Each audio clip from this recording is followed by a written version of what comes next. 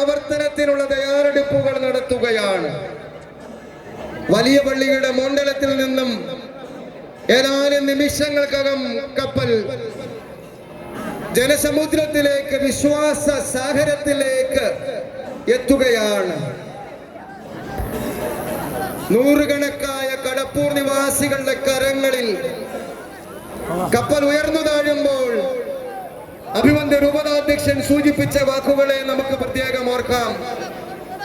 ഭൂമിയിൽ തീർത്ഥാടനം ചെയ്യുന്ന സഭയുടെ പ്രതീകമാണ് ഈ നൗക.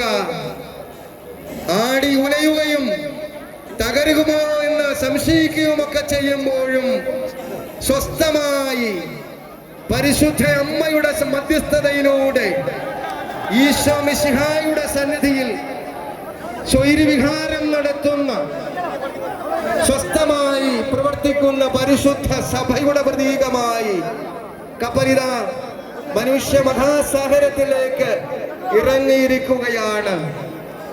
ഇനിയുള്ളത് കടപ്പൂർ കരക്കാതിന്റെ മറ്റൊരു നേർക്കാഴ്ചയാണ്. ഇതാ വലിയ പള്ളിയുടെ തിരുമുറ്റത്ത് തീയമ്മയുടെ തിരുസന്നിധിയിൽ കപ്പലിന്റെ കൊടിത്തോരണങ്ങൾ കൊടിമരം ഉയർത്തുകയാണ്.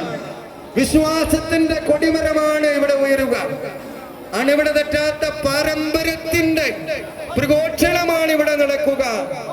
വിശ്വാസത്തിന്റെ പരസ്യ പ്രഖ്യാപനത്തിന്റെ നേർക്കാഴ്ചകളിൽ പരിശുദ്ധ അമ്മയുടെ മധ്യസ്ഥതയിലൂടെ അനേകായിരങ്ങളിലേക്ക് അനുഗ്രഹ വർഷം പെയ്തിറങ്ങുന്ന ഈ നിമിഷത്തിൽ കരങ്ങൾ കൂപ്പി കുറവലങ്ങാട് മുത്തിയമ്മയുടെ മധ്യസ്ഥതയിലൂടെ ഈശോ മിശിഹായോട് നമുക്കും പ്രാർത്ഥിക്കാം.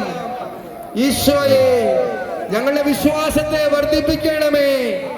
ഞങ്ങളുടെ സംരക്ഷണത്തിന്റെ ചുമതലയിലൂടെ അങ്ങ് നൽകുന്ന നിർദ്ദേശങ്ങളെ പൂർണ്ണതയിലൂടെ ഏറ്റെടുക്കുവാൻ ഞങ്ങളെ പ്രാപ്തരാക്കണമേ എന്ന്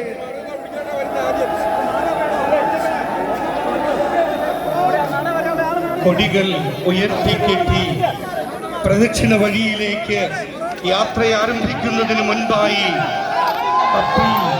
മുത്തിയമ്മയുടെ ദേവാലയത്തിലെ തിരുസക്രാരിയെ വണങ്ങുന്ന നയനമനോഹരമായ വിശ്വാസത്തിന് ഉണർവ് നൽകുന്ന കാഴ്ചയാണ് നാം കാണുന്നത്.